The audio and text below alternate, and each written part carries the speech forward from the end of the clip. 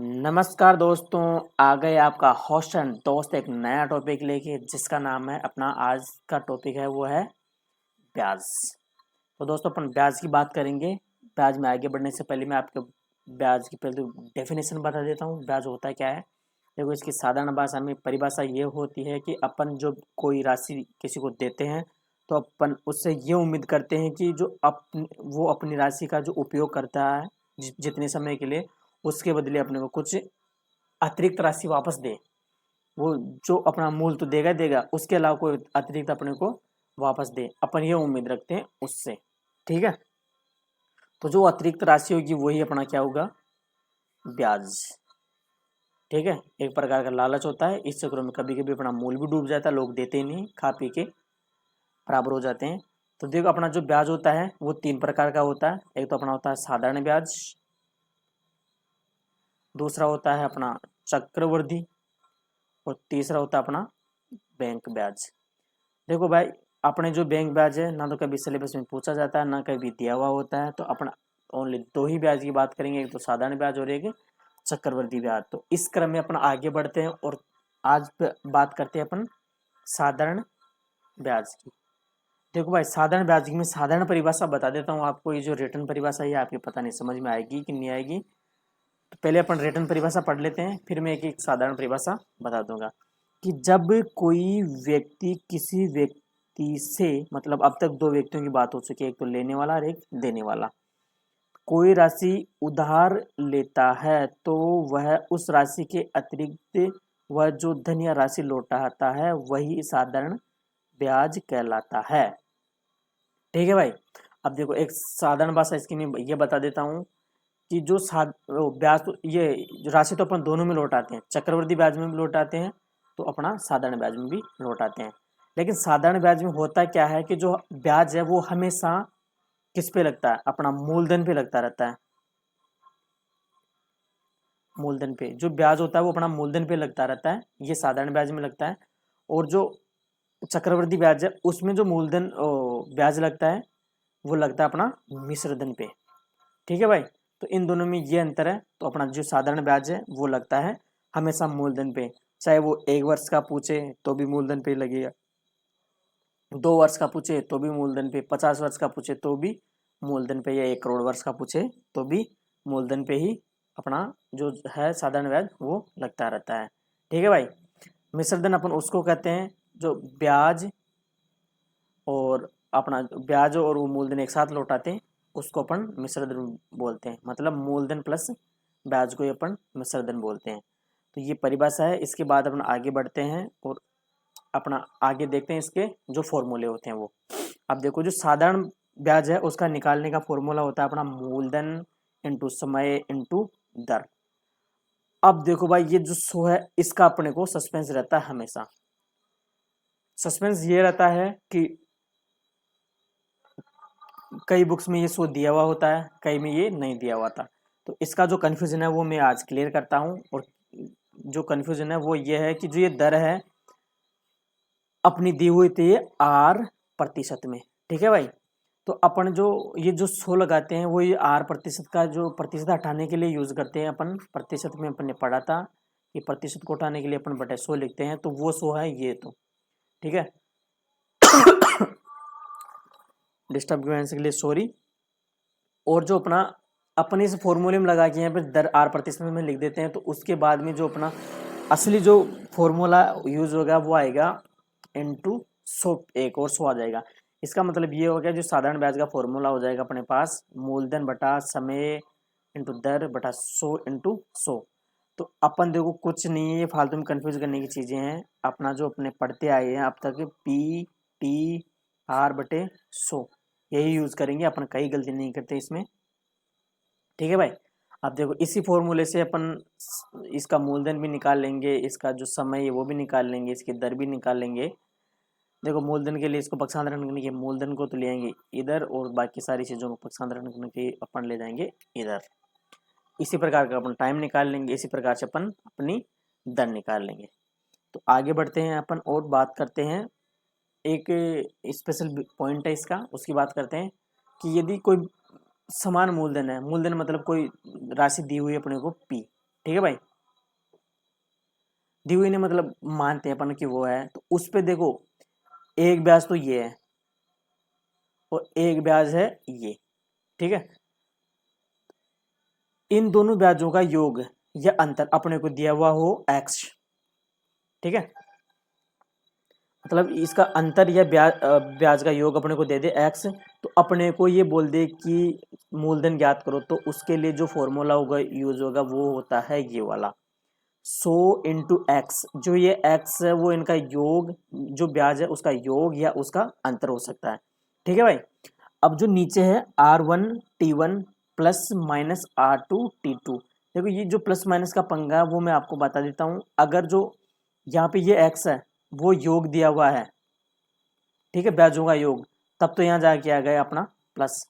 और अगर अपने को ये x है वो अंतर दिया हुआ है ब्याजों का, तो अपना जो यहाँ पे जाके आएगा माइनस, ठीक है भाई। ये हो गया अपना अंतरों पर जो बेस्ड क्वेश्चन आएंगे। उसकी बात आगे बढ़ते हैं वो अपन, और आगे बात करते हैं कि अगर कोई धन t वर्ष में, यानी कि समय t वर्ष में स्वयं का m गुणा हो जाता है, तो आपको ये बताना कि उसको n गुणा होने में कितना टाइम लगेगा, ठीक है भाई। तो उसके लिए जो फॉर्मूला है वो ये है कि जो गिवन गुणा है उसमें से एक घटा के यहाँ लिख देंगे, और जो अपने को आस्क गुणा है उसमें से एक घटा के अपन एक यहाँ लिख देंगे, और अपन को जो गिवन टाइम है वो अपन यहाँ लिख देंगे, ठीक है भाई। इसको एक उदाहरण से मैं आपको समझा देता हूँ कि जैसे अपना 5 वर्षों में हो रहा है अपना 4 गुणा, और अपने को करना है इसको 16 गुणा, ठीक है, 16 गुणा करना है, 16 गुणा, तो अपने को बताना है कि इसका टाइम कितना लगेगा, ठीक है। तो देखो गिवन कितना है अपने पास 4 गुना, तो 4 माइनस 1 तो यहाँ लिख देंगे, कितना गुना करना अपने को इसको 16 गुना, तो अपना ये आ जाएगा 16 माइनस 1।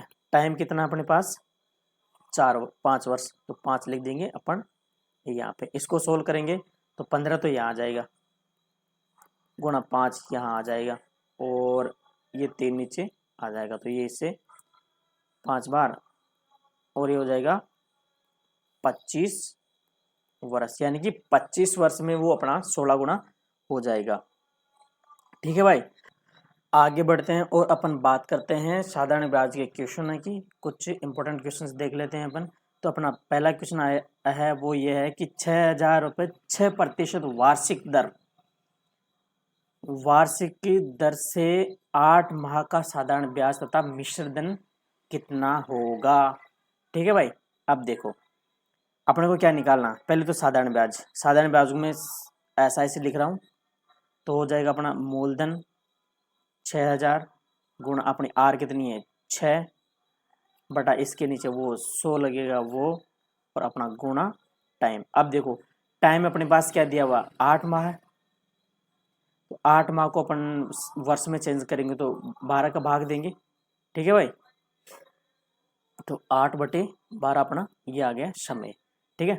अब देखो 2 जीरो से ये 2 जीरो कैंसिल हो जाएगी, ये 6 से 12 2 बार कैंसिल हो जाएगा, और ये 2 से 8 4 बार। अब अपना ये गुणा के कितना जाएगा, सिंपल इंटरेस्ट 240 रुपये।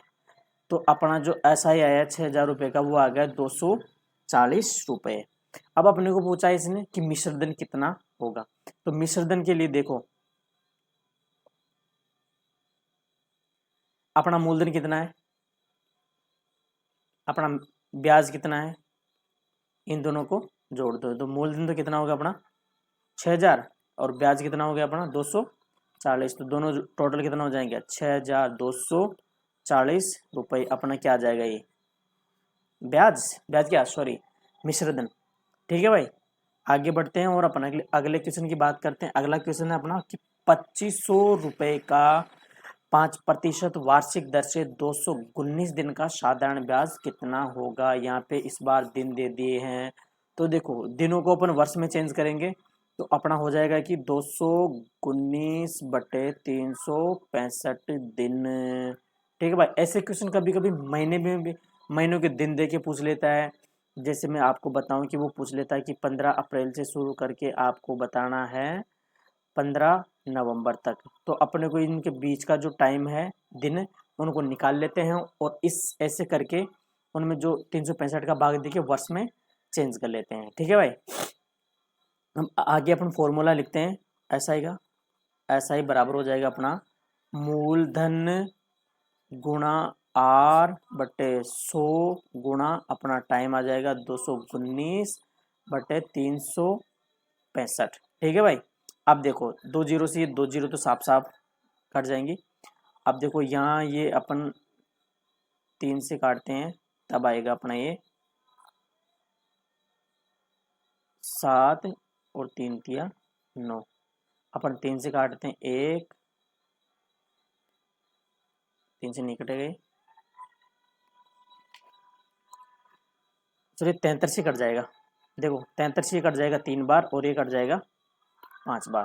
ठीक है भाई, अब देखो ये 5 से 5 ये गया तो अपना जो ब्याज आएगा वो आ जाएगा 75 रुपये, यानी कि 2500 रुपये का 5% की दर से 219 दिन का ब्याज आएगा, वो अपने पास 75 रुपये आ जाएगा। ठीक है भाई, आगे बात करते हैं अपन और अगला क्वेश्चन लेते हैं। अपना अगला क्वेश्चन है कि किसी धन का साधारण ब्याज की 8% वार्षिक दर से 3 साल का मिश्र धन गुणनतर 144 होता है, तो वो धन ज्ञात कीजिए। ठीक है, देखो इसकी मैं दो चीज़ें आपको बताऊंगा, 2 ट्रिक मतलब 2 तरीके बताऊंगा याद करने के। तो देखो पहला तरीका देख लो, अपना जो बेसिक से होगा वो देख लो। इसमें होगा यह कि अपने को इसने पूछा मिश्र धन दिया है, इसने पूछा है धन। ठीक है, तो देखो मिश्र धन कैसे निकालते हैं अपन, P प्लस P गुणा R गुणा P बटे 100 बराबर कितना दिया अपने को, गुणनतर 44। अब देखो ये P तो क्या है अपना मूलधन और ये क्या अपना इसका ब्याज।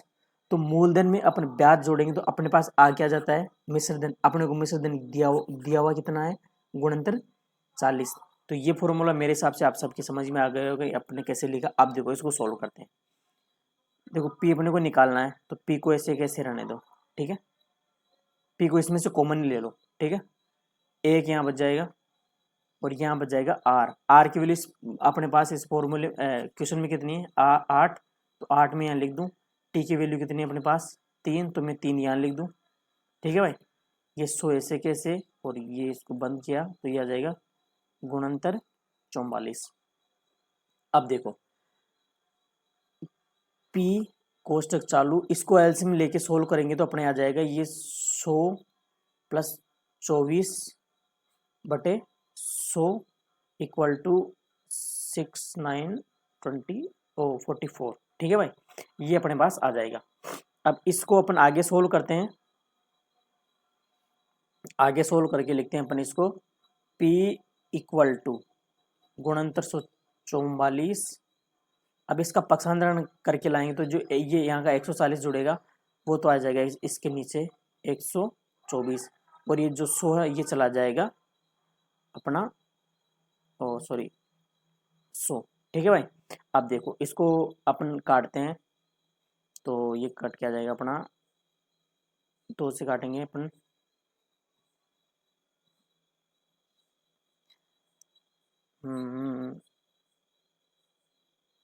ये इससे कट जाएगा पूरा 5 6, यानी कि अपना आ जाएगा ये P 5600। ठीक है भाई, अपना जो मूलधन आ जाएगा वो आ जाएगा अपना 5600। ये तो हो गया इसका बेसिक फॉर्मूला।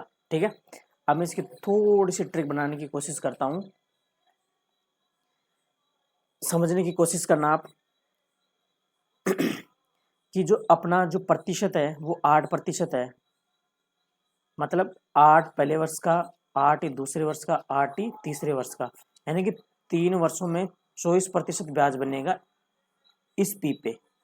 अपना जो मूलधन है P उस पे 24% ब्याज बनेगा 3 वर्षों में। तो इसको मैं टोटल एक साथ ले लेता हूँ तो अपना जो टोटल ब्याज बनेगा वो इसका 24% बन जाएगा। यानी कि जो अपना ये मिश्रधन है वो मूलधन से कितना प्रतिशत ज़्यादा है, 24% ज़्यादा है कि नहीं, क्योंकि जो ब्याज है वो मिश्रधन में जुड़ के आता है। तो अपना जो ये मिश्रधन है वो मूलधन से कितना प्रतिशत ज़्यादा है, 24%। कहने का मतलब ये हुआ कि जो ये गुणनतर 144 है, ये वाला गुणनतर 144, ये मूलधन से 24% ज़्यादा है, यानी कि मूलधन अपना 100 है, तो ये कितना होगा अपना 124। बस यही बात खत्म हो गई अपनी, और इसका आंसर आ गया कि अपना जो 124 की वैल्यू है, देखो मैंने प्रतिशत में बताया था कि आस्क प्रतिशत तो लिखना अपने को ऊपर, ये आस्क प्रतिशत अपना है 100, अपना गिवन प्रतिशत कितना है 124, और गिवन प्रतिशत की वैल्यू कितनी है अपने पास, गुणनतर 144। तो ये वही अपने पास कट के वापस आ जाएगा 5600 रुपये, यानी कि जो इसका मूलधन आएगा वो इस प्रकार भी अपना 5600 ही आएगा। ठीक है भाई, तो ये हो गई इसकी ट्रिक, और अपन आगे बात करते हैं और अगला क्वेश्चन लेते हैं, आगे बढ़ते हैं और अपन अगले क्वेश्चन की बात करते हैं। तो अपना अगला क्वेश्चन है कि साधारण ब्याज की किस दर से कोई धन 8 साल में दोगुना हो जाएगा। तो पहले तो मैं आप सबको ये दोगुना समझा देता हूँ, दोगुने का मतलब होगा क्या। देखो दोगुना का मतलब होता है P प्लस P। ठीक है भाई, अब देखो साधारण ब्याज से बढ़ रहा है तो दोगुना वो तब होगा जब मूलधन में जाके उसी के बराबर वापस ब्याज जुड़ जाए, तब जाके वो हो जाएगा 2 गुना। यानी कि जो इस क्वेश्चन में ब्याज है वो है पी मूलधन के बराबर ही ब्याज है, तब जाके वो राशि 2 गुनी होगी। ठीक है, तो अब अपन देखो ब्याज का फॉर्मूला लिखते हैं। ब्याज का फॉर्मूला अपने पास P गुणा टी की वैल्यू अपने पास 8, और R की वैल्यू अपने को निकालनी है, और बटे 100। अब देखो ब्याज कितना दिया हुआ अपने को, ब्याज दिया हुआ है इसमें P। ठीक है, तो P से P कैंसिल, और R बराबर अपने पास हो जाएगा 100/8, यानी कि 50/4, और इसको सोल्व करेंगे तो अपने पास आ जाएगा 12.5%। कहने का मतलब ये हुआ कि कोई राशि 12.5% वार्षिक दर से अगर 8 वर्षों के लिए उसका ब्याज जोड़ते हैं, तो उसका जो ब्याज होगा उस स्वयं के बराबर आएगा, जितनी वो राशि उतना ही उसका ब्याज आ जाएगा। ठीक है भाई, दोस्तों वीडियो अच्छा लगा हो तो हमारे चैनल को सब्सक्राइब करें, और अन्य किसी भी जानकारी के लिए कमेंट बॉक्स में कमेंट करें और हमें बताएं, ताकि हम आगे भी अच्छे अच्छे वीडियो आपको उपलब्ध करवा सकें। Thank you.